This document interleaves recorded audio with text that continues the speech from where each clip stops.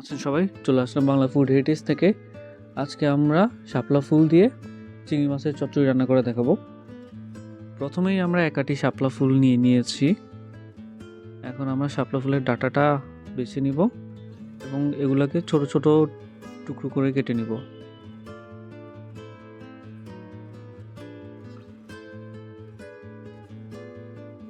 শাপলা ফুলগুলো টুকরো হওয়া শেষ হয়ে গেলে এগুলাকে আমরা এখন আলাদা একটি পাত্রে নিয়ে রাখবো।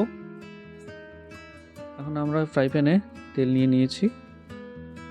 আমরা আমাদের চিংড়ি মাছগুলো এখন ভুনা করে নিব। আমরা চিংড়ি মাছগুলো দিয়ে দিলাম। এখন দেব কিছু পেঁয়াজ কুচি ও রসুন কুচি। পেঁয়াজ কুচি ও রসুন কুচি দেওয়া হয়ে গেল। এখন কিছু কুচি করা কাঁচামরিচও দিয়ে দিব। আমরা হালকা নেড়ে চেড়ে নিব।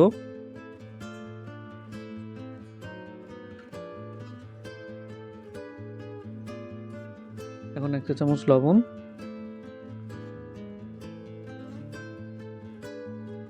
1 চা চামচ হলুদ গুঁড়া দিয়ে ভালো মতো নেড়ে চেড়ে নিব।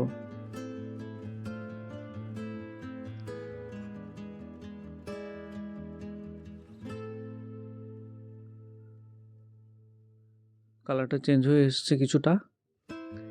এখন আমরা আমাদের শাপলা ফুলগুলো এখানে দিয়ে দিব। শাপলা ফুলের আটিটা দিয়ে দেওয়ার পর আমরা এখন এটাকে ভালো মতো নেড়ে চেড়ে নিব।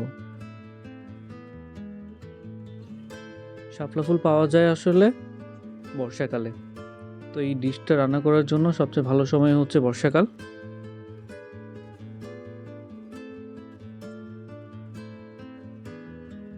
আমরা এখন ভালো মতো নেড়ে চেড়ে নিয়ে কিছুক্ষণ অপেক্ষা করব।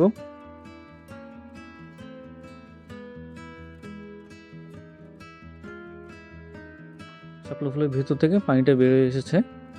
এটাই হচ্ছে আমাদের মোটামুটি টোটাল প্রসেস। শাপলা ফুলের আটির কালারটা কিছুটা চেঞ্জ হয়ে এসেছে।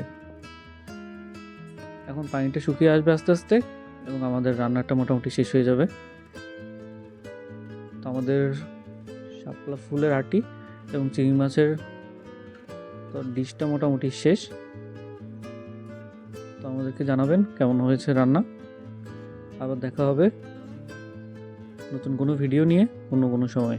ভালো থাকবেন সবাই, বাংলা ফুড হেরিটেজের সাথেই থাকবেন।